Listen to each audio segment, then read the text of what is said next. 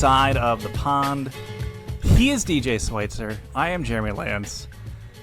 And we're in a much larger room than we've been in the past. Yeah, we are. The much mooted move has finally happened, and we are sitting in one of our new recording spaces here at my new home here in Ohio. So if the sound sounds a little bit different, it sounds a little more echoey. It's also so we're trying not to wake up my wife and kids upstairs. That could be part of it as well. Could be a little bit of it, yeah. Yeah. So, but it's also been like several fortnights since we've gotten together, right? It's been a while. We forgot how to even get the mics going there for a second. We have figured it out, though, eventually, I think, and we're back to deliver you our first podcast of 2022. You feeling excited about this? And a new year of sitting behind the mics and bullshitting and talking about soccer and drinking some bourbon? Always. Yeah. Sign me up for that. Always. Yeah, it's always nice to get back into the groove, especially in a new space. So where do you want to kick things off? It's been so freaking long. We've missed a lot. Let's see. Well, we've missed, obviously, a lot of matches that happened, a lot of matches that didn't happen. Yeah, I was going to say the Premier League also missed a lot of matches that were supposed to happen. Had a lot of moves with, like, domestically, a lot of hirings, transfers. The Toronto FC is building an all-star team right now. Every couple of years, I think this is what they do. Yeah. I mean, this one sounds markedly better than the Jermaine Defoe one. Mm-hmm. So, we'll see. A very short-lived era in Toronto there. It was. Yeah. What was the big marketing line? The bloody big deal or something like that? Oh, yeah. They really leaned into the English half of the experience. And they're like, it's a bloody big deal that he's bringing his mom along, and she will ruin everything. It's a bloody big deal that this man is pushing 40, and we've given him a pretty tasty contract. Yeah. Maybe this won't work out for us. If you know anything about Jermaine Defoe's temperament and kind of what he's been like the majority of his career. Jermaine Defoe is like the Mourinho of strikers, to where it generally will always end badly. Yeah. It never doesn't end badly, really, there for him. Yeah, I mean, he has had some really good, like, positive streaks to him, and sure, get into some goal scoring form and whatever. But his time at clubs can go south. Both spells for him at Spurs, really, kind of went that way. He did well, then kind of ruffled some feathers, and then he went with Redknapp down to Portsmouth. Then he came back when Redknapp came back, and they just, he has a way of just getting himself into the mix. Is he still at Rangers or no? I have no clue. It's a great question. He could still be playing, and I don't even know. I mean, we could say the same thing about Phil Jones, who made an appearance in the Premier League. First time in 2 years, Phil Jones showing up. So maybe he still plays for Spurs, Jermaine Defoe. He might. Could be buried down on that bench. Maybe he's on, like, the Floro Maludo thing, where they just have him training with the U23s for like 2 years straight. Yeah. It's always the best way for your career to go. Yeah. But yeah, Toronto are back in the mix. We'll talk a bit about what they're doing later on in the show. We also have a January transfer window that looms for the rest of the world of soccer too, which is exciting. How are we feeling about that one? Oh, man. I mean, I feel like a lot of clubs need to make a move, but I feel like I'm hearing so little as far as, like, concrete rumors of, like, oh, yeah, these teams are totally in for ... Oh, sure, which means the tabloids are really just grasping at straws at the moment. And I feel like I went through today and was reading through the Spurs subreddit and just looking for transfer news, like, kind of catch up on what's going on there. And they are linked to, like, 95 people, sure, according to the papers. So, I think that's part of it right now is, like, because not much is happening, like, everyone's just kind of putting out whatever they feel like it. The other side of it, too, is, like, the World Cup's coming up, right? And values ahead of and immediately after the World Cup can sometimes be wild. But isn't that normally, like, you do get guys wanting to move before the World Cup because they want to make sure they can get as many minutes before the World Cup to help their chance of making that squad and getting that invite? Well, I think there's two types of guys in that situation. One is the one you just described, someone who's aspirational and trying to make their mark and be impactful. Right. Maybe they need a new place to make that happen. There's the other type of guy who is like, I don't want to be sold before the World Cup because I'm going to have me a World Cup and I'm going to get sold for way more after that, right? So I don't know. I mean, what was the big one last time? Ooh, what was the big one last time? Mbappe, probably. Yeah. There's also like other moves, Monaco to PSG. Yeah, there's also kind of like weird moves, like who's the guy, the defender at Arsenal? Mustafi or whatever. Oh yeah. Like he had like a really good World Cup, and then he went to Arsenal on like a pretty good amount of money, and things fell apart for him. As always is often the case. Those guys rarely live up to it. I don't know. Like, they get sometimes they money. do. You know, like Andre Arshavin had like himself a really good Euros a couple of years ago, and then had that guy. like then moved to Arsenal and kind of carried on for a little bit with that. For a little bit. Then became Andre Arshavin again. And then he ruined the Champions League draw. Yeah. Well, a couple weeks ago. So that's what Andre does. Gift that keeps on giving. Then he makes a goofy face, and we're all like, "Oh, that Andre, guy! I like him." Tussle his hair. But yeah, there are some that kind of pan out that way. There are other guys that like do really well. I think James Rodriguez is another really good example of someone who had like a killer World Cup. Where is he at now? Is he in like Qatar or something crazy? He was at Everton, and I think they sold him to somewhere in the Middle East, perhaps. That sounds right. Yeah.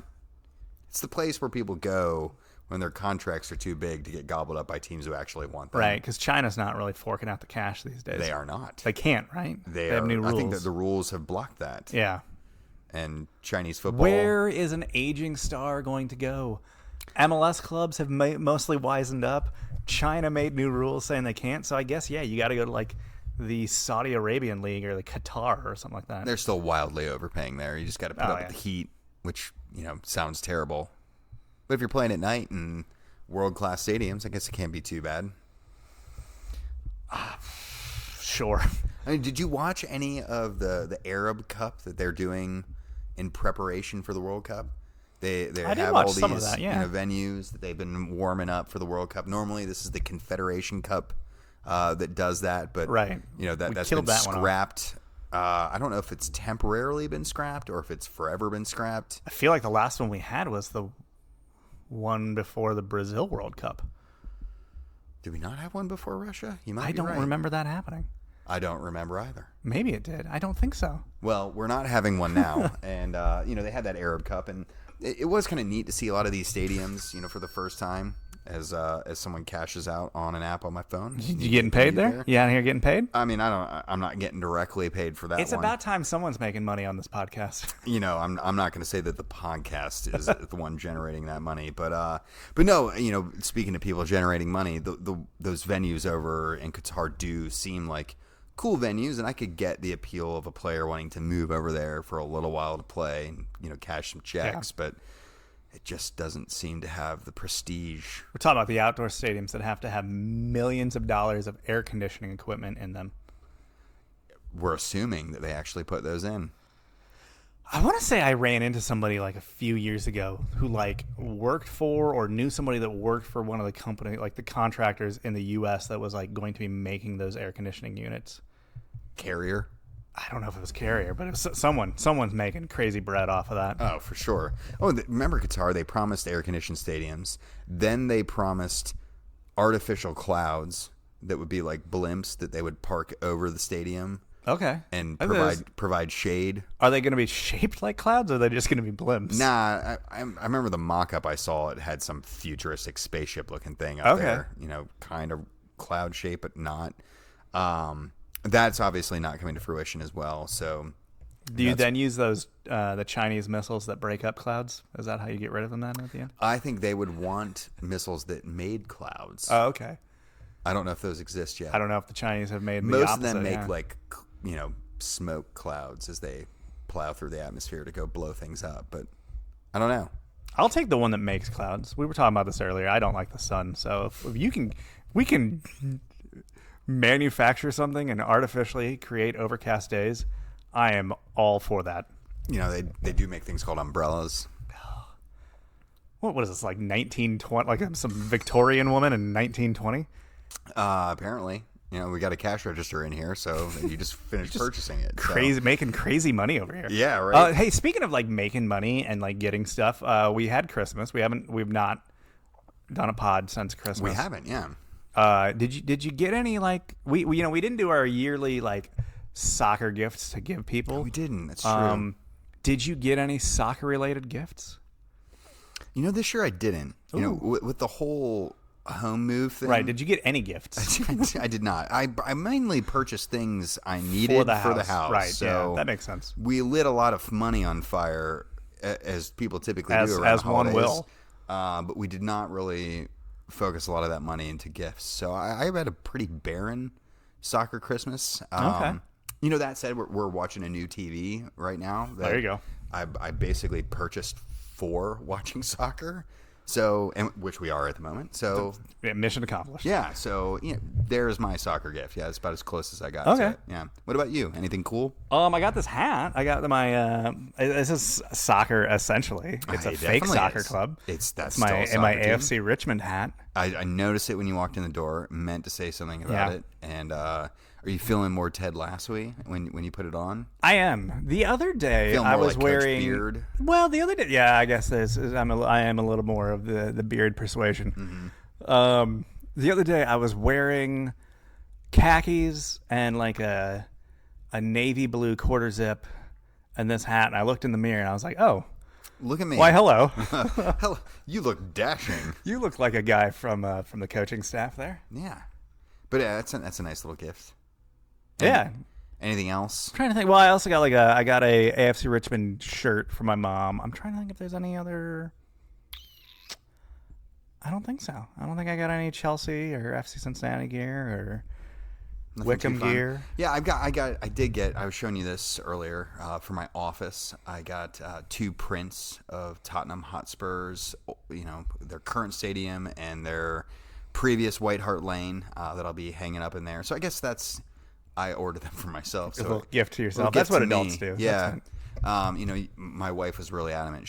I've got this new office, and it's right in the front door at our new house, and she's got to be a bit of a showpiece. Well, she was like, we can't have a soccer bar like in the first room in our house, which I'm like, I would challenge that opinion greatly. Why not? Number one, and number two, it's now been kind of like a unique challenge to now make that room soccer themed, but not overtly soccer, right? So I can mix it in. I almost now feel like you need to go 100% in that direction. Like I'm thinking like even because you have like these like glass doors to it, like even to have some kind of like some sort of stenciling put on that's like something like welcome to White Hart Lane or something like that. Schweitzer's Pub. now that you're leaning into this, I like the idea. The Schweitzer Public House. That might need to be something that unfolds here in the near future. So yeah, that's about as close as I got to soccer gifts. Okay. If you got any cool soccer gifts, something unique, something you're really happy about, something terrible, also all the above. There's a golf podcast that I listen to, and they every year ask people to submit because it's like an entire cottage industry of just terrible golf gadget like. They're basically made just for like, hey, you need something to give a gift to golfer. You need a gift for someone that likes golf, and you don't know anything about golf, so buy them this. Yeah, exactly. Like these like a rangefinder that also has a bottle opener on it. Sure, stuff like that, okay. Or like these like really like goofy like practice tools that like have like infomercials that run on Golf Channel 4 or sure. Actually, one really practical one is it looks like a club, but it's actually and it goes into your bag, but the actual like club rod is actually like much bigger, and it's basically you just pour booze into it. Amazing. And then it's got like a little tap on the actual like head of the club there. Is there like a pressurized unit that pushes the beer out? I guess it's got to. I think maybe you like pump it and just kind of. That's amazing. Yeah. Literally, I don't even golf now. I kind of want to. I kind of just want one of those. Yeah. Yeah, no, there needs to be a soccer equivalent for that. Oh, there definitely are things like that for soccer. I mean, most people just drink openly. At least at the leagues that I run. Yeah, I suppose that's true. Yeah. There's generally nothing covert happening where they're like, no. Hey, what are you drinking out of that soccer ball over there? Oh, no, I suppose that's true. It's a bag of wine. Well, it's kind of like, when you're like growing up and you get your first like, girlfriends and stuff like that. And, do exchange of gifts at holidays or whatever. I got so many crap soccer balls from like the girls I dated. Just generic, like yeah, they're like, Franklin oh, it was brand. at Walmart, and you know, I bought this. I saw a soccer ball. I was like, oh, God, DJ loves soccer. I love soccer. Yeah, so I got a lot of those, like, you know. Were they at least size 5 balls? Or I got a couple 4s in there. Okay. I'm sure that Sure. I got some 4s. So, yeah, I mean, this nice little small one you can use kick around the indoor in the house. That's not quite how that indoor field's smaller. Do you use a smaller ball out there? I mean, it's that kind of stuff. So, but no, I mean, I think about like those motivational posters that are like a soccer, you know, goalkeeper diving, and it's like, you know, something stock photo. Of goalkeeper in 1992. You know, wearing football cleats as he's diving, and you know, those type of things are all over the place. God, so I love it. There used to be a whole section in Eurosport magazines, soccer.com's Forerunner, where it would be like kitschy gifts that you could buy for the soccer player in your life. And it's like, you could just give me a gift card so I could get new boots. Yeah. Like, that's just to do that instead. Or it's like, hey, you know the team I like? Mm-hmm. Gear with that logo on it. Like, that's God. generally... That's why I always tell my parents, and like people are like, what do you want? I was like, well, Chelsea you stuff. know, like all the sports teams I follow, Mm-hmm. I would say clothing items with that logo on it is generally an easy win. Sure. But, all right. Speaking of easy wins, that's a good transition to talk about Manchester City. It's good. We're 17 minutes into the show. We should probably talk about the actual soccer. Hey, listen, we've had a long time off. We need to... We got to catch up. We catch up. Yeah. Manchester City continues to roll. They have not dropped a point since Halloween. They also haven't dropped a single player due to COVID in that time frame. It feels like maybe 1 or 2 here and there, but they also have like the deepest bench in the league. Like I think that ties back around to your point of like they've not dropped a point in forever. Can you name a team deeper than them? Maybe Pep doesn't believe in COVID. Not in like he thinks it's a hoax. Like, so I knew this guy that his dad was a old school college football coach. Okay. And that coach didn't believe in cramps. And they aren't a thing. And so nobody on the team had them because coach just didn't believe in them. So no one had them. Well, Pep's just like, look, what is this COVID you speak of? You don't have Get out there. You don't have that. It's not real. Get out there. Get on that training field. Get going. But City have just steamrolled their way through the holiday fixture list. I think they had one match that was postponed, you know, because everyone did. But I feel like it wasn't because of their doing. No. And you know, I think even Klopp the other day was like, they are immune to COVID. Like, I don't know what they're doing over there. As Klopp was at home with COVID. Did probably. he say that? He was probably speaking into he had that over the weekend. his Skype machine. But no, it's been a really consistent stretch for them.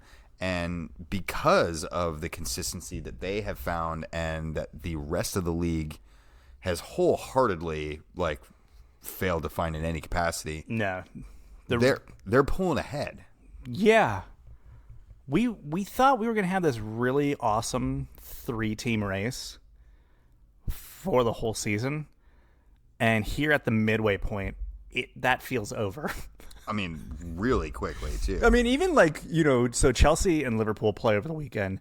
And like even the guys like at the USA Network studios were kind of like, you know, they were like Rebecca Lowe threw it out there like, you know, who has the upper hand as far as the title race goes? How much does this result weigh into that? And they're both like, I don't think it matters. The City's not stopping. I mean, whoever wins this is like doing a little bit better, but like still a long way to go. So we're 10 points clear with City right now. Like they are 10 points clear of second place Chelsea, who we'll get to here in a moment. But that begs the question of, is that really insurmountable at this point? Like, are we willing? Where are they dropping points? That's the question. Sure, right? I think that's the easy question to ask. But I think the easier thought, in my head at least, and maybe this is just more wishful thinking, is can they really keep this up? Like, can they go this long without dropping points?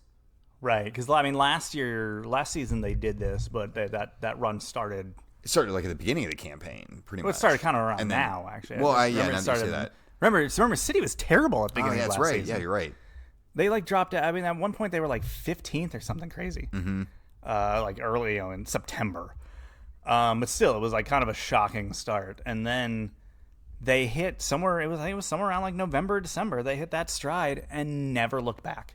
Yeah. Never looked back.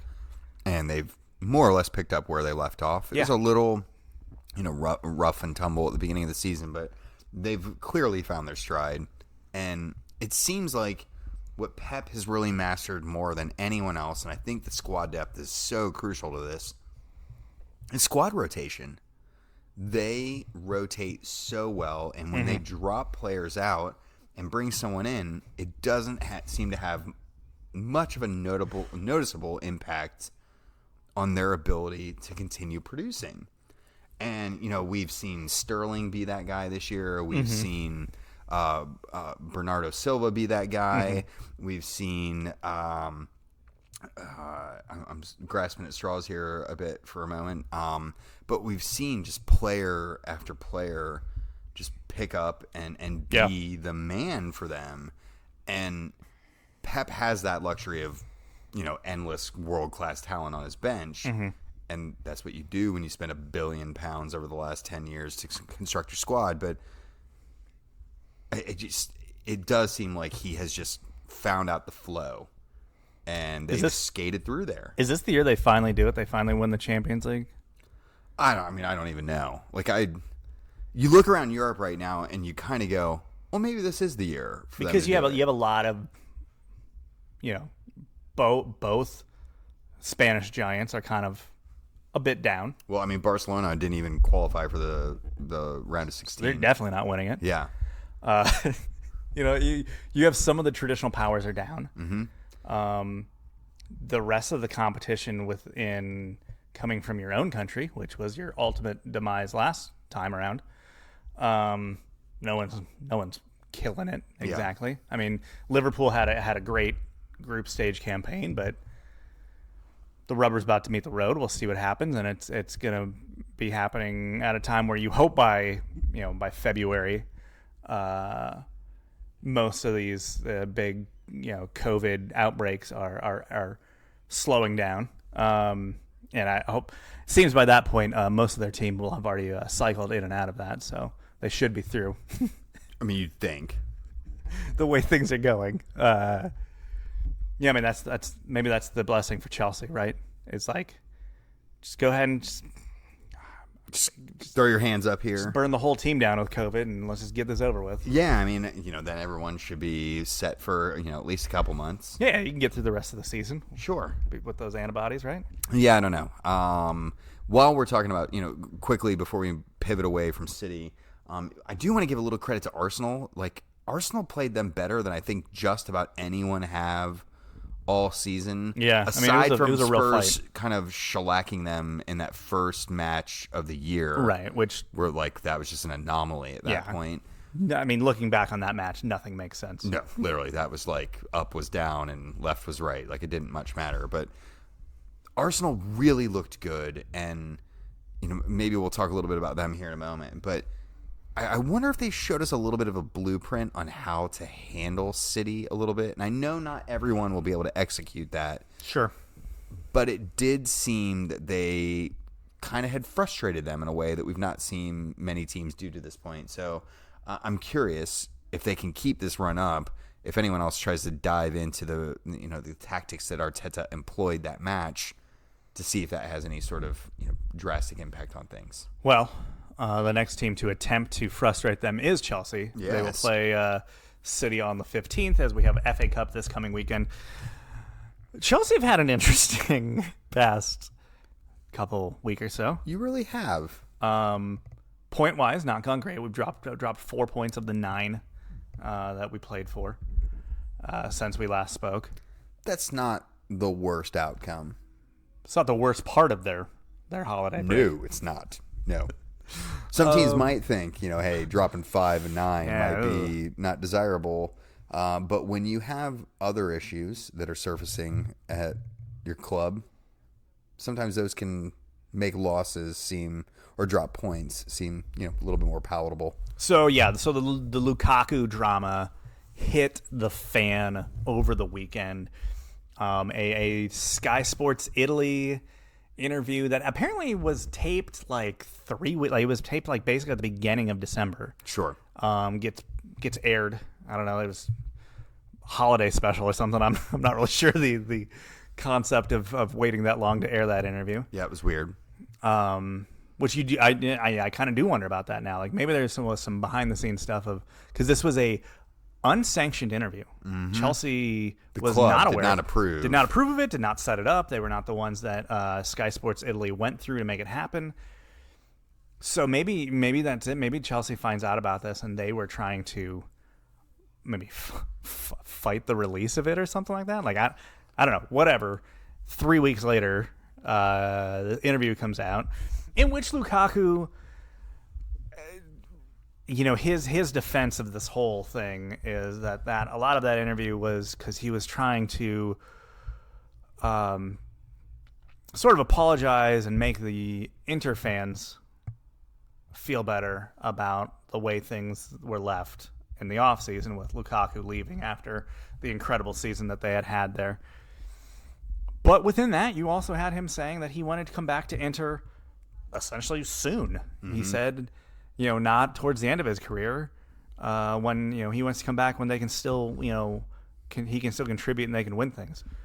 Well, that's a 30-year-old man or a 28-year-old man saying that. So yeah, that's basically sometime within the next 4 years. And isn't he has like a 4-year contract with Chelsea too? Sure. So we're talking about really a 33-year-old guy, presuming that his contract runs all the way down. Serie A, though, loves a good aging striker. They really do, and they can find... It's the home of aging strikers. They find their legs there, and there's a lot to that. Obviously, it's not as energetic and as lively a league, and teams naturally are a little bit more defensive and tend to sit in, and that gives teams a little bit more time and creative players more time to operate. So it makes sense why sometimes older strikers do well there, but...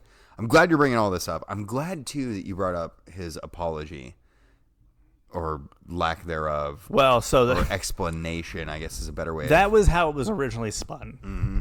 Obviously, then he or the club made him release a hostage video-like apology from their Chelsea TV studios today onto Chelsea's channels. That was very awkward and very just kind of whatever. But the really interesting thing about this whole Lukaku thing was not the fact that you had a player that was trying to create upheaval because of his own, dissatisfaction with what was going on. Yeah, this is Chelsea football.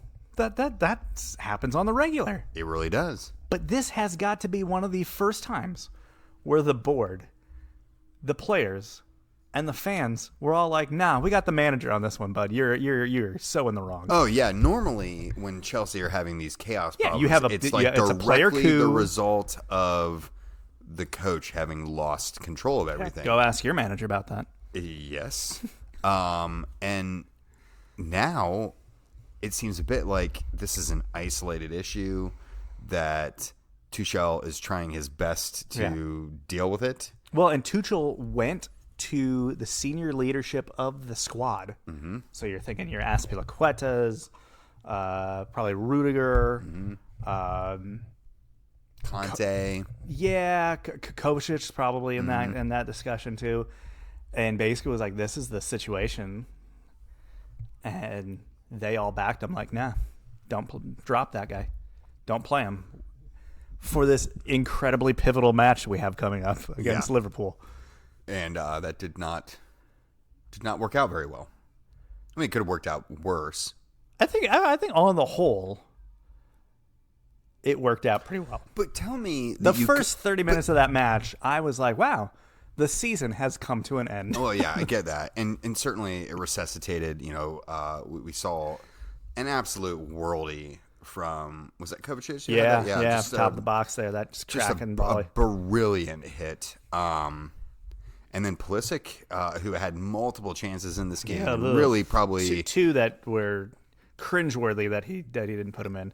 Yeah, that dribble on the keeper in the first half was just like, dude, come Or on. some just rando bench keeper. Like, I don't even know who this guy is. Yeah. And you just let him just pull that ball right off your foot on that play? All that said, he gets the equalizer. Amazing first half. Just, I know it was rough for you, but from a neutral's perspective, just a delight of a first half. Like, probably the finest 45 minutes we've seen of the season so far. And it was a bit of a letdown to not get that in the second half. But I don't know.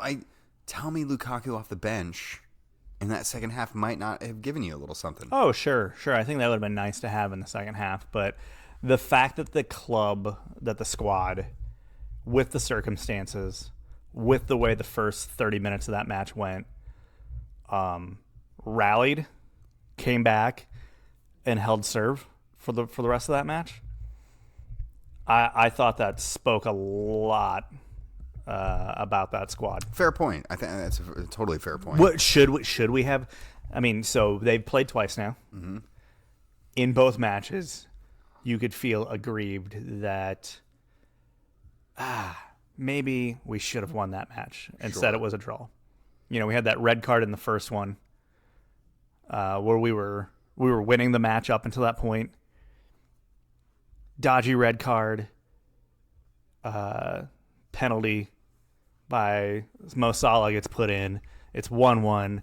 Chelsea's down. This is like right before the half. Chelsea's down a man, and you're thinking, crap, this game's going to get thrown in the garbage. And Chelsea played probably one of their best second halves of the season that day. Sure. As 10 men played probably the most organized I've seen them play forever. In their ability to just be compact and smart and just completely strangle out that 45 minutes and get that draw. So, yeah, 2 matches that they get the draw where they should have probably, you could have made the argument they could have very easily have beaten Liverpool on both of those days. Sure. I don't know.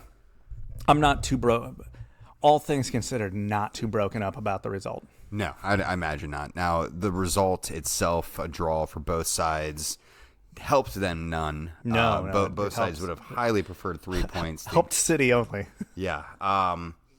Do you feel okay, resigned that the title's out of reach now? Sort of. Yeah. And do you believe that? Yes.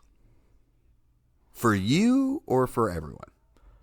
For everyone. Okay.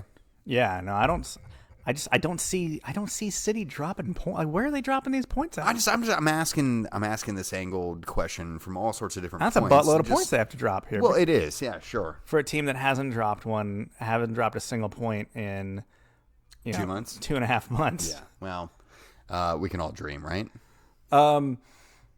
Chelsea's other situation, obviously, despite not having Lukaku, was the fact that this team is in a bit of a crisis as far as their outside backs. Chilwell, done. He's out for the season. Yep. Then you have Reece James gets injured. He is going to be out. Luckily, it's not as bad as they originally thought, but he's still going to be out probably till March. If not, maybe a little bit after that. Chelsea are going to have to probably make a move, if not 2, to completely, they're having guys like Marcus Alonso and Azpilicueta play these fullback roles. Where Azpilicueta, obviously that's his role, but like he's also a guy that just probably you can't rely on him for as many starts. Yep. He's getting to that age. Mm-hmm. And then on the other side of that back line, they're having to do like wing back moves with like Hudson-Odoi and Pulisic. So they're having to make some moves here in January that are probably going to have to address that. So anything I think they were going to do is having to be shelved so they can take care of more immediate needs. They're also even talking about potentially bringing back Emerson off loan and just making him play those positions because like it'd be kind of pointless to like bring some like transfer somebody, spend a bunch of money, and put them on like a multi-year deal when it's like we need you to just like need March. this for 6 months. Yeah, it's all we're really looking for here. It's tough. I would imagine that would be at the top of your shopping list, but I think there are a lot of teams that are in that particular hunt space as well, Spurs included. And I don't know. I'm intrigued to see if you guys can actually get an impactful player in January. Probably not. Yeah. We'll probably just get in Emerson.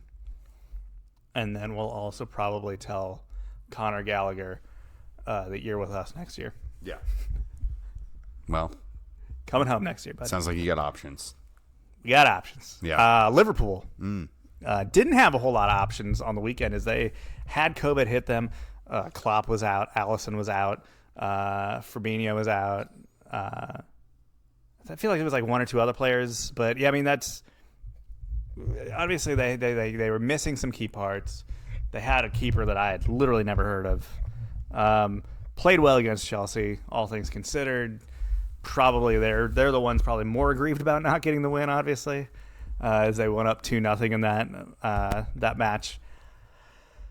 I mean, I feel like out of the two of them, there is still probably in the better position to challenge City out of the two teams. Yeah, but I don't know how much though, right? Like, is probably not by much. I mean, all the things you just talked about, that they've really struggled with COVID. It's hit them. Maybe they'll get that out of their way, and that won't be as much of an issue for them for the remainder of the year. You would imagine, yeah.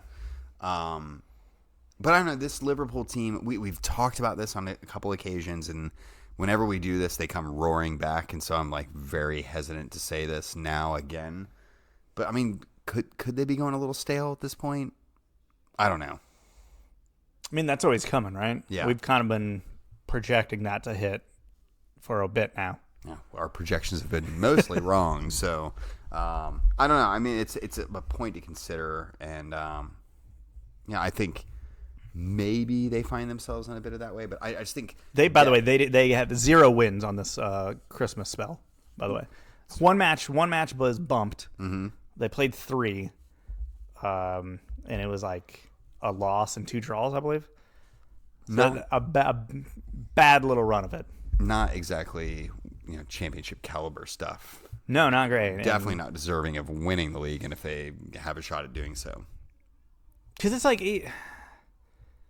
even if one of the teams goes on this run, kind of like City did last year, the problem is City's also probably going to go on that run. Mm-hmm. I don't know. Like, Chelsea beats City next week. Does that put Chelsea suddenly back in the title race? I mean, it's not really. There's some potential there. It makes it a little more intriguing, but I still think of it this way: it could be a momentum shift. It could be. It might not, or it could just be a good 90 minutes from Chelsea, or a lucky 90 minutes from Chelsea, or slaughtering. Probably the more likely outcome. Yeah. Anyone else at the top of the league you want to talk about a little bit more? Well, I mean, so those are the top 3. Obviously, then you kind of look at that chasing pack, everyone gunning for that 4th place. There is a decent-sized gap between 3rd and 4th, so it is technically 2 different contingents and 2 different types of seasons being had. Arsenal now leads that group. Arsenal finds themselves all the way back up in the 4th and kind of holding 4th right now. Yeah, I mean, they've found a just making more money. Yeah, just all this money you're making. Yeah, I keep thinking I'm putting my phone on mute, and this new phone is being evasive. I wonder a little bit if this Arsenal renaissance we're seeing, and they are definitely playing better football right now. But they've also been very inconsistent, and sure, I'm willing to concede that they might be getting less inconsistent, like we're on a downward trend. But it also seems like they are like a moment away from chaos. Yeah. I mean, even within this good spell, there is chaos within that, right? Like, they played really well with basically Aubameyang sort of more or less removed from the club. Yeah. I mean, everyone is making this big thing about, like, the Lukaku thing is, like, stealing all the headlines. But, like, Aubameyang's situation has been going on for basically a month. Yeah. Man, probably longer, right? Like, I feel like this is got deeper roots. Yeah, he got dropped because of he didn't show up to something or something like that. and then, or he might have shown up a little hungover to something. I forgot what the story was. Well, I think what it was is he was given permission to travel abroad, and he was supposed to come back, the day before the game. Oh, and he didn't. And he didn't. He just decided to come back the day of the game in the morning, and everyone was like, "Can't do that." First of all, I don't know if you've understood how quarantines work. and international travel works these days. Seems you're not following any of that. So yeah, and now they say that the report that came out today saying that they are going to field offers in January for him. Well, seems like Newcastle United would be the perfect destination for him, doesn't it? A team that we got to get to here in a second, because they are always worth mentioning, because this big money project that has not gone off the ground is still circling the drain. Let's go there then. And running. Yes, the season is half over, but it's when you're down where they're at, it's very rare that teams at this point in the season make full turnarounds. No, I mean, they find themselves 11 points on 19 matches. They're a minus 23 in goal differential. Second worst in the league, only behind Norwich, who are just perpetually cursing, always going to do a one-and-done type of cycle. But Newcastle, despite all their positive news, despite finally ridding themselves of Mike Ashley, despite shedding the name of Sports Direct off of St. James Park, all these positive things. Sports Direct's still a company?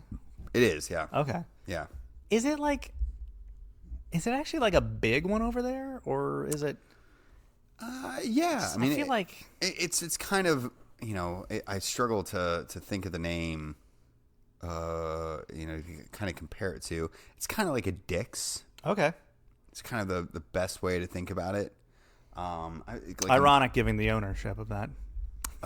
Maybe not so ironic. Not so ironic at all. Maybe they should switch names. I think it's a situation that is just they are so deep in their own hole right now. They've been digging deeper down instead of digging themselves out. That I just don't know that they're going to save themselves this year. I almost feel like unless they're able to pull off some amazing coups this January, I don't know that they've got it in them to stay up. So they're on 11 points. If you look at most seasons, you need about 35 to 40 points to be safe and to not get relegated. Again, we are at essentially the midway point of the season. Yeah.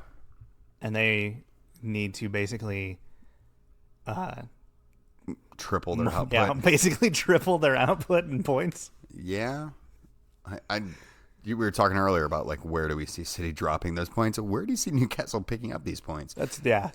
How many more times have they played Norwich? I don't know. I mean, they definitely have players in their squad that should be adding up to more than what the sum is showing for them. But I do think that's just a club where they're going to take a while to shake off that Mike Ashley.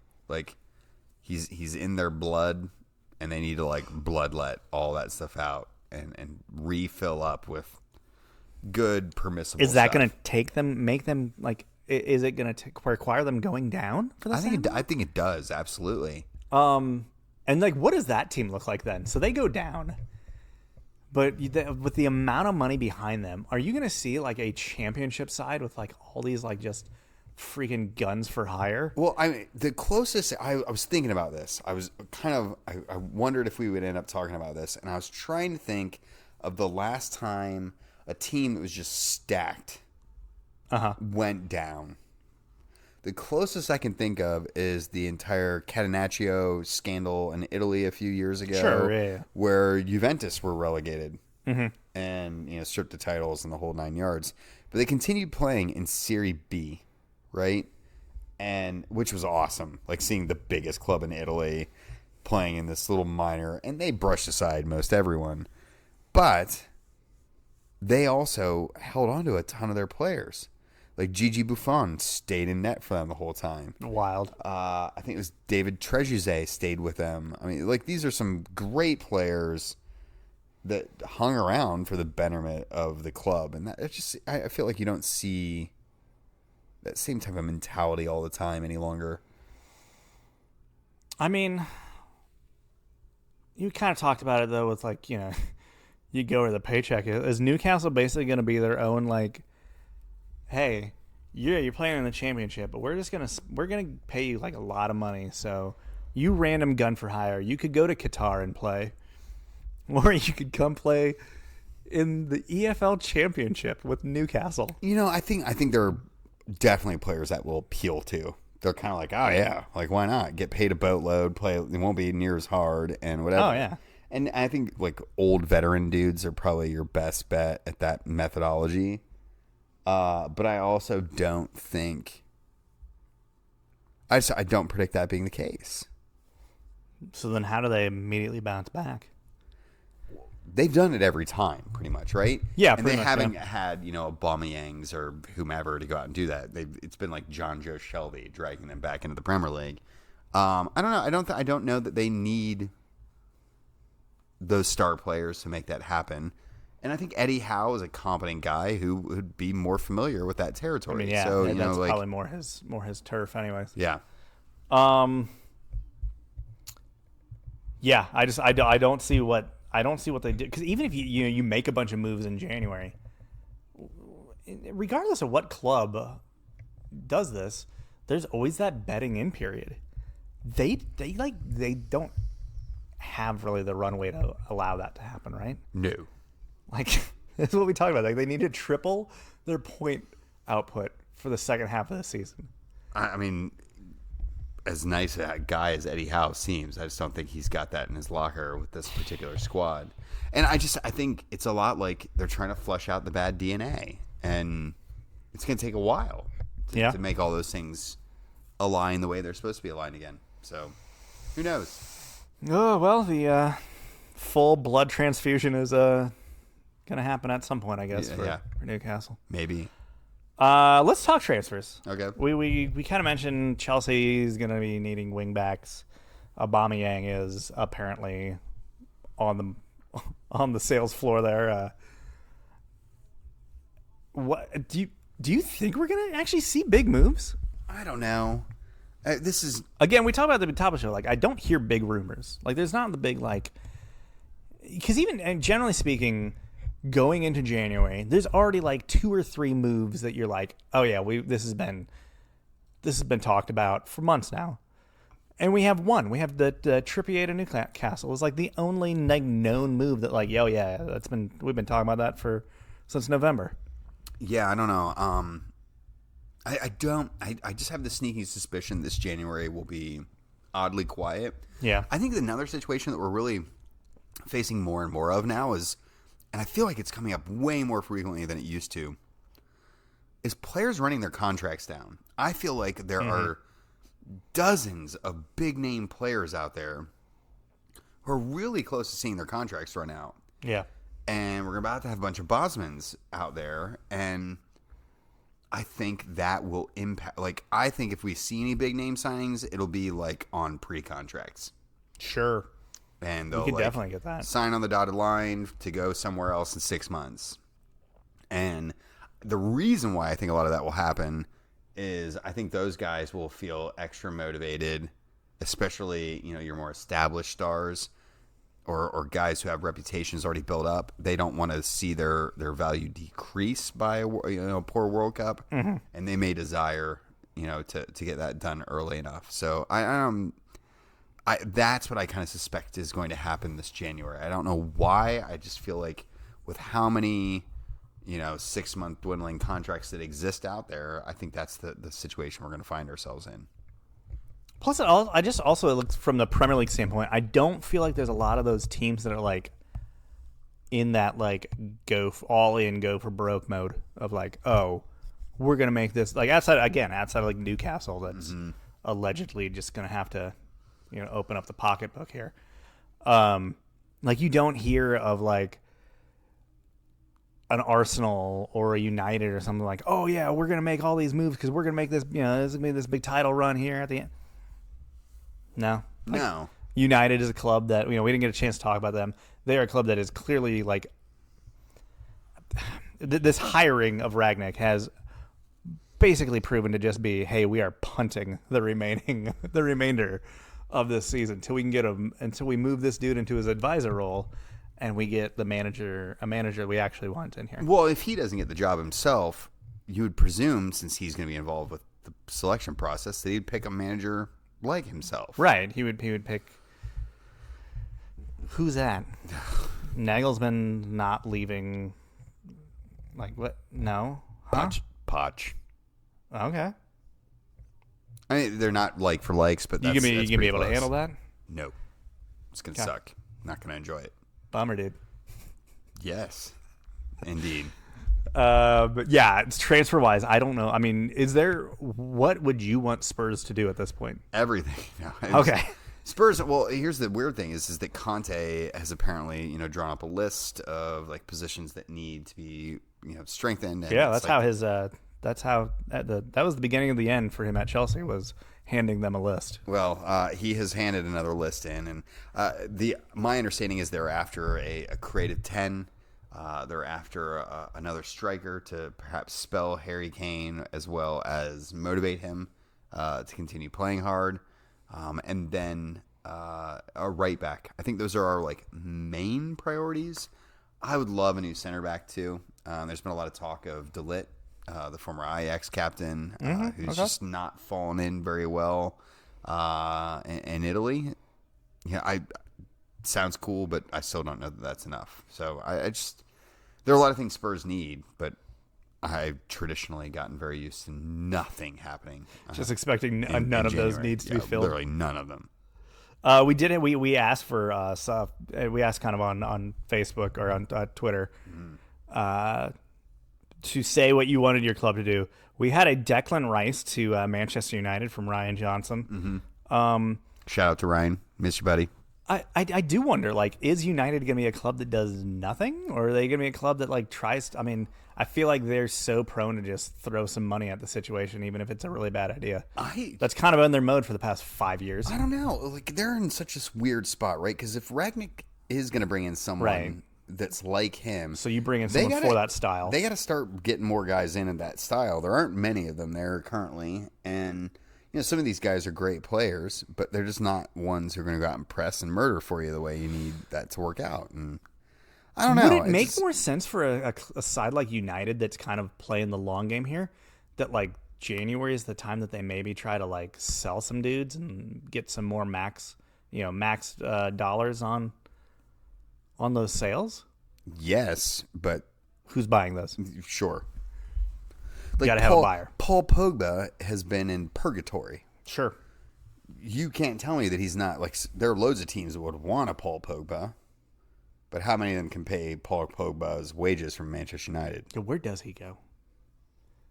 China? No, we already went through that. He's got to hope Newcastle doesn't go down. Yeah, right? Like, because you think of, like, the people that have the ability to throw that kind of money around at those wages. Chelsea don't need them. City don't need them. Nope. Newcastle? Maybe. Newcastle needs everything. Newcastle do need everything. I mean, they pretty much need to be operating on the concept of a blank slate. Well, blank slates sometimes work out well for you, and sometimes just they remain blank. They're real bad, yeah. Are we at the point of the show where we should do the stateside thing? Yeah, let's go stateside real quick. So we last left. Pat Noonan, I think, had just gotten hired. I think so. So there's that. That was good. That was a move that was expected, ultimately. Mm-hmm. There was a lot of talk about, they're going to try to pip Jim Curtin. At the end of the day, I'm not sure. I mean, I'm sure they definitely made that, took that swing, because that front office is definitely ambitious enough to do that. Jeff loves to swing. Is ambition the right word? Foolish ambition sometimes? Yeah. Cocksure. Yeah, that's a good one there. That's a good one. But yeah, it's been... Noonan was always the Noonan was the guy. And today we found out his coaching staff that he'll be bringing along with him. Wow. Oh my gosh, what an amazing set of hires. I don't feel like it's very often that you and I are in like universal agreement as to like that was a good move by FC Cincinnati. Mostly because they haven't had many of those in recent memory. These hires are a big freaking deal. Yeah. So obviously Noonan, first-year head coach, right? Highly respected, rated well. Lots of people think there are big things in store for him. He's worked for all the best, too, sure. Within MLS. Yeah, absolutely. Obviously he's been under curtain in recent years. He worked in LA Galaxy under Bruce Arena. Yep. So there's pedigree there. I also feel like a little bit that greenness is something that was overlooked, right? And sure. Chris Albright also green in his role, pulling all the strings or at least having the final say about them. And it felt a little bit like too much new. Dom Kinnear as an assistant coach is just back-to-back MLS Cup champion manager. Oh man, I'm almost certain at some point in the past on this very show I had suggested that they replace earlier FC Cincinnati coaches. If you would have told me, hey, FC Cincinnati has made their managerial hire, it's Dom Kinnear, I've been like, that's a good jumping off point. Yeah, but that guy knows what he's doing. Yeah, it's been a long time since he's right. And he was won those things. Yeah, he was a champion of MLS. What would you call that? 2.0, 1.5. It was you're talking what 06, 07. That was a different league. It really was. But still, you're talking about a guy who has been around the block in MLS for a long time, understands the league, is obviously thought highly of, that he is continually getting gigs on not just random club staffs. Like, I mean, he was with the Galaxy as an assistant and an interim manager and all that stuff for a while there. Yep. So you have great experience there. Then they bring in one of Bob Bradley's assistants, the skinnier Arena, Bruce Arena's son. Yeah, his skinny clone. Well, it's basically you just take Bruce's head and just put it on a more fit middle-aged man's body, like 35-year-old man's body. Oh, look, I'm not going to trust him until I see him chugging a Bud Light. Yeah. Does the gut mean success? Like, until Maybe. that gut starts growing. I don't know. You haven't done anything. Can't answer that question. You haven't done crap in this. Better start packing on those pounds there, Mr. Arena. But no, great appointments. I feel like they hit home runs here, like truly hit just magnificently struck balls. It does mean that they've basically cleaned house on the staff that had hung around for the most part. Tyrone Marshall is going to stay on as the MLS Next Pro Manager. Mouthful. Gosh, why? Got to workshop that one, boys. Yeah. Which I have heard rumors that FC Cincinnati will actually be delaying their entry into that league. I've also heard that rumor. Because I've not been able to corroborate it. Because they're supposed to be entering this upcoming season, and vis-a-vis like 60 days from now or something like that. Yeah, there's not been an announcement about a single player that'll end up in that role. Undoubtedly, and all the other teams that were coming in that are set, that were named as entering the reserve league next season, have already made that announcement themselves. Yeah, FC Cincinnati has not. Sure, they've just been on the press release list of like, hey, here's who's coming. They themselves have said nothing about it. I'd love for that. Now maybe that's what they're waiting for, this whole staff announcement, and that's why they're going to unveil Tyrone as, hey, and obviously we're keeping him around because he's going to be taking on this squad. And here's their unveiling, and look at that logo. It's the same logo, but with a 2 next to it. Yeah. I don't know. I mean, it's hard to read, the tarot cards here and figure out what exactly is going to happen. But I don't know. I mean, you would have liked to have seen some sort of news about that at this point. And yeah, they might. The longer they stay silent, the more you're like. They have a few academy guys they can undoubtedly yank up into that position.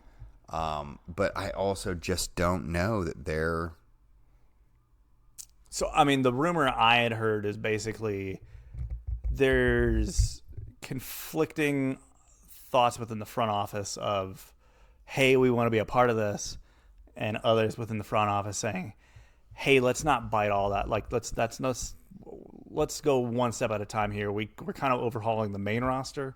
Let's not also at the same time have to build out a whole secondary roster. Well, sometimes it's easier to take little bites than it is big ones. Sure.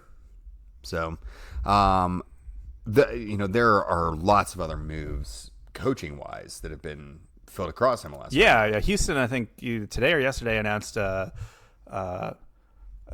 of Tyron Marshall and Chris Albright's Galaxy teammates, Paulo Nagamura, is going to be the manager. In Houston. What that 05 Galaxy team? Oh man, that team good Lord. Was so good, and they're really being quite prolific in their impact. It's the MLS. it is the who's who of like movers and shakers in MLS now. Yeah, you have obviously you have Tyron Marshall, Chris Albright, Paulo Nagamura. You got Hercules Gomez was on that team. Mm-hmm. Obviously, Landon Donovan was on that team, who's now a owner, manager, and everything above. Sure. Yeah, quite the roster. Yeah, quite the roster, and still making waves all these years later.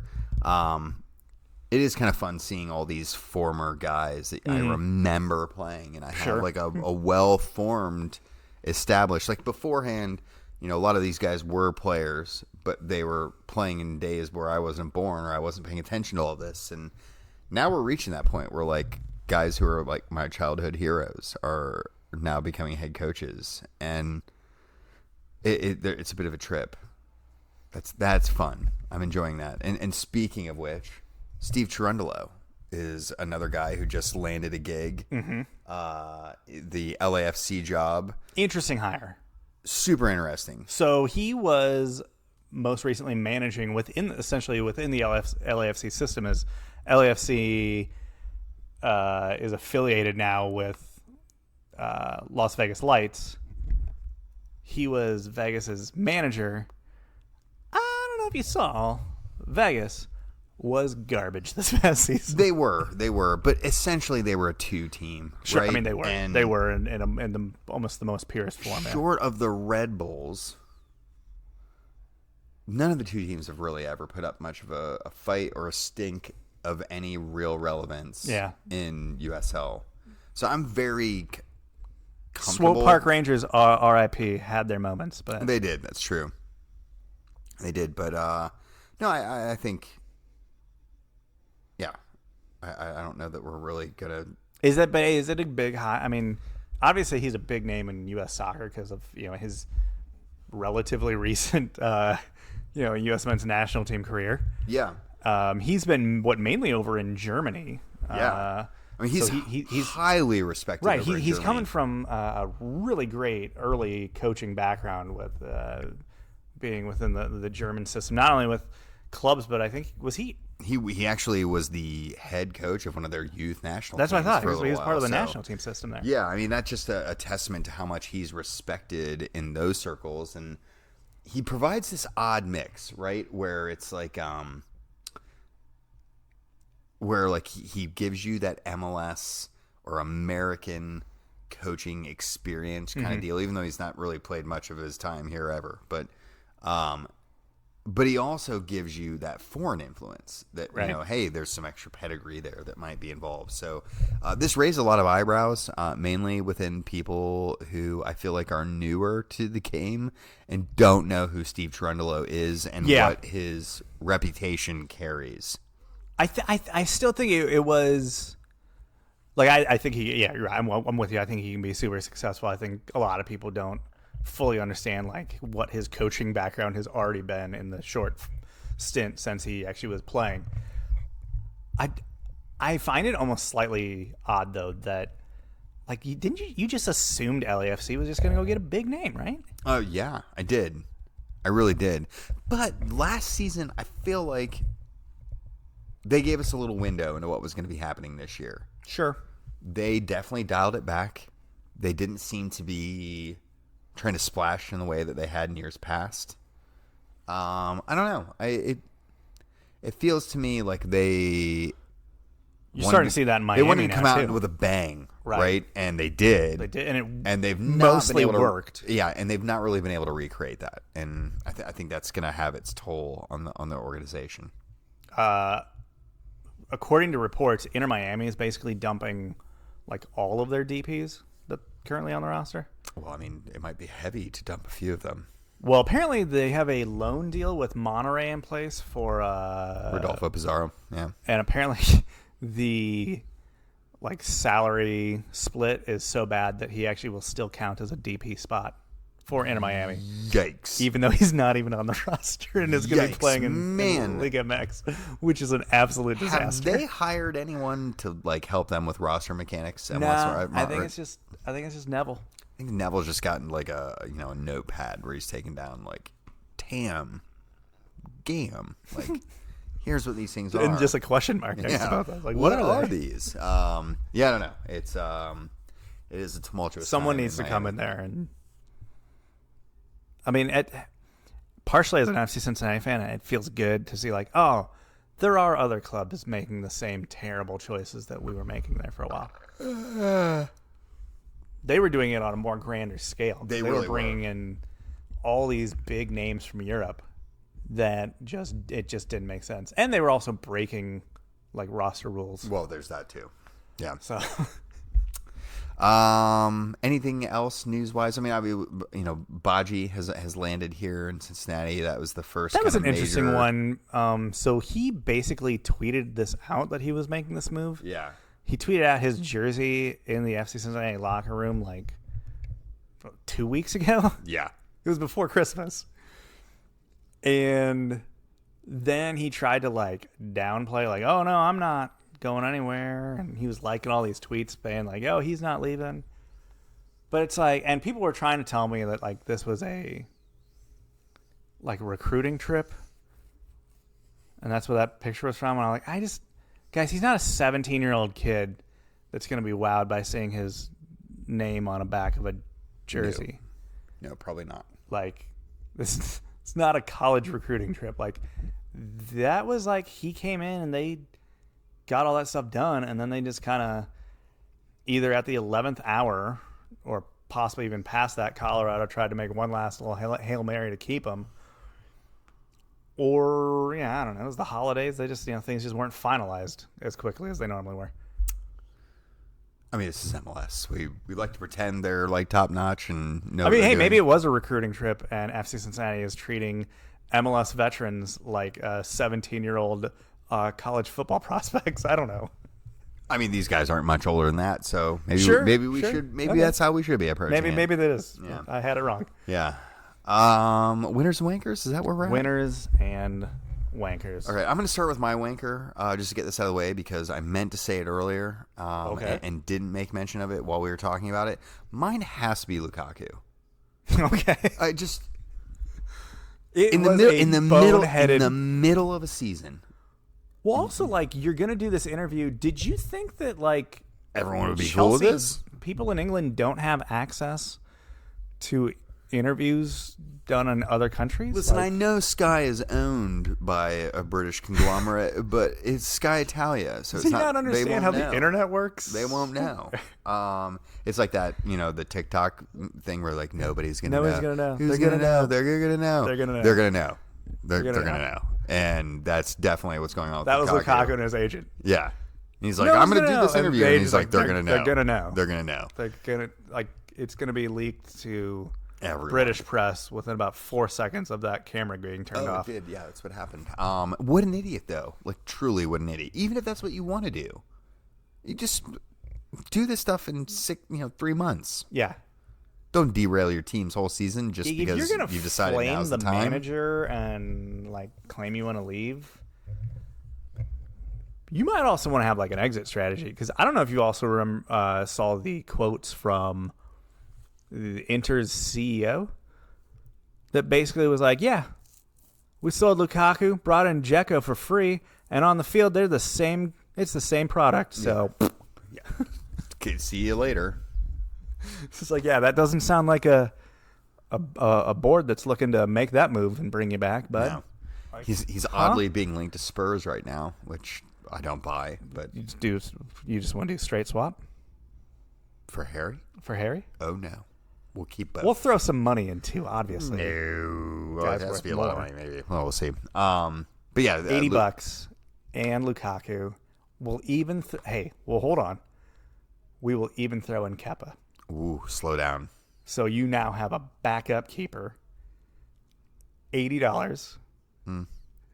And a striker that hopefully you can keep happy for longer than 3 All right, months. let me mold over and see if I can Just get a hold get of some back to people. us, Yeah. What about your wanker this week? Who you got?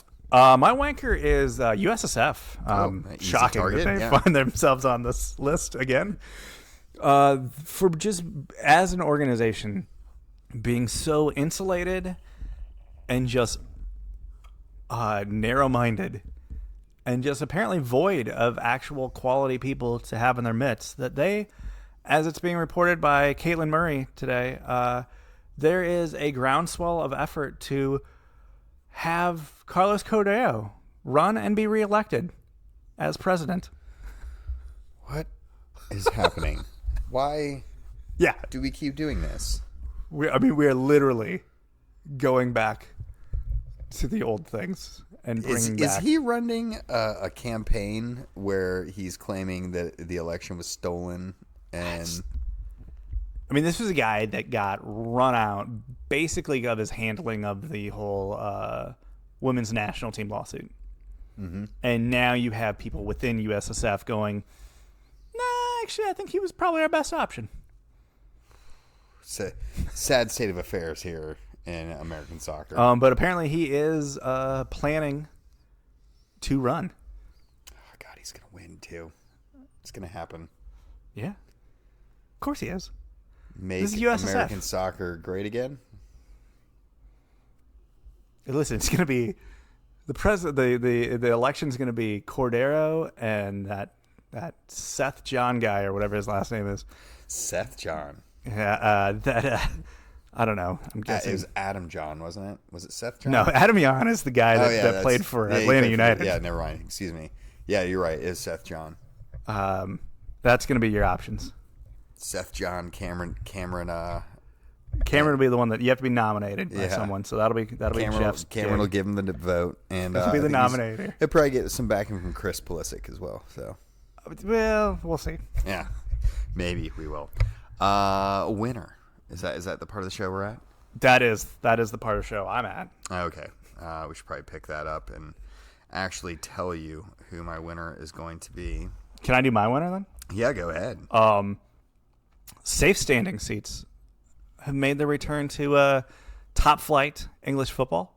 It's been a minute. It's been a minute. It's been since '94 that either the EFL Championship or the Premier League have had those allowed. How old were you in '94? In '94, I was 8. I was 12. Yeah, so it sounds about right. So been a minute. They're gonna do that now. It is worth noting that like a lot of like League One and League Two stands have these and have had these for a while. Adams Park, where Wycombe Wanderers play, has had safe standing sections for quite a moment. Not a new thing. MLS, I don't know if you've heard of them. Most of their stadiums now have it. Anything that has been built within the last 5 years has them in there.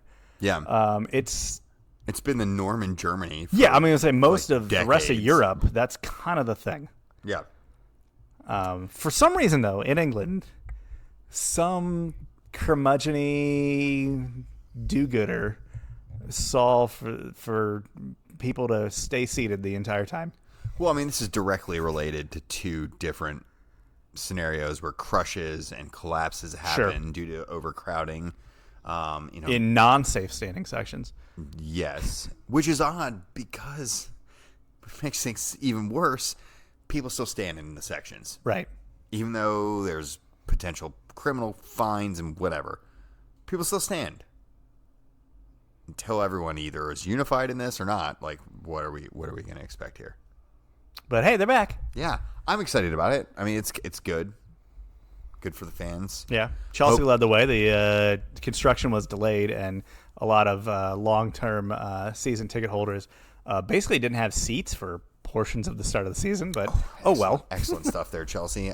Spurs built them into their new ground as they were building Okay. them. Just kind of were like, we'll good need call. these eventually. So, yeah, big stuff there. My winner this week, I'm going with Jack Wilshere. Okay. I think I just saw this tweet like maybe 10 minutes ago. Amazing. If you've not watched it yet, I hate Jack Wilshere. Just so we can be clear here. He has really taken the piss out of Spurs on so many occasions. Sure. And I dislike him strongly. That said... More than Szczesny? Yeah, definitely more than Okay. Szczesny. Yeah. I don't like Szczesny either. I mean, Szczesny has the video of him singing the song well after he'd left the club. It's like, bud, this is not your fight anymore. I wasn't really trying to devote much headspace to him if I could help it. But no, he put out this amazing video where he's basically looking for a new club. And But he is legitimately... He's legitimately doing that. Like, that's what he's trying to do. Who gets a gig first, him or Sterling? Ooh. I don't know. I would suspect Sterling. Okay. Maybe. I don't know.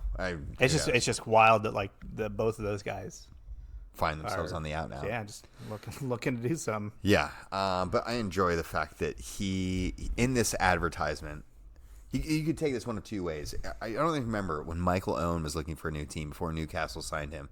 His agents put out this like booklet, and it got leaked out, and it was mega embarrassing, like just really bad.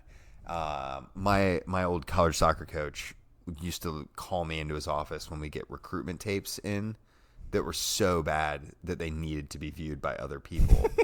Right? Like that's the vibe I'm getting through. We'd have that that in entire radio. process. People would send in, like trying to get radio jobs. like They would self send promos. in, yeah, what you would call like an air check tape. Yeah. And whew, Some bad stuff. there were some that were so bad that you literally like, hey, turn this off. Like the cringe is like it's physically hurting me. Oh yeah.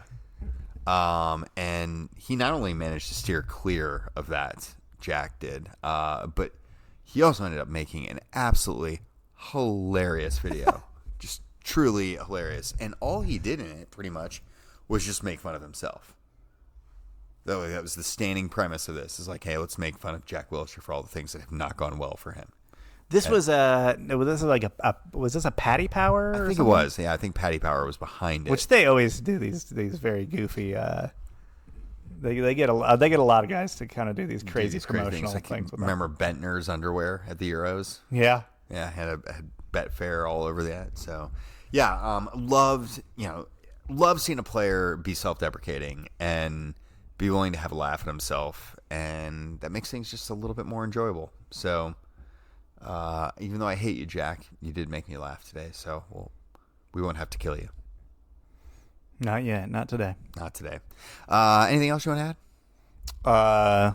Luis Suarez is possibly coming to MLS this summer. Who do you want him to bite? Ooh.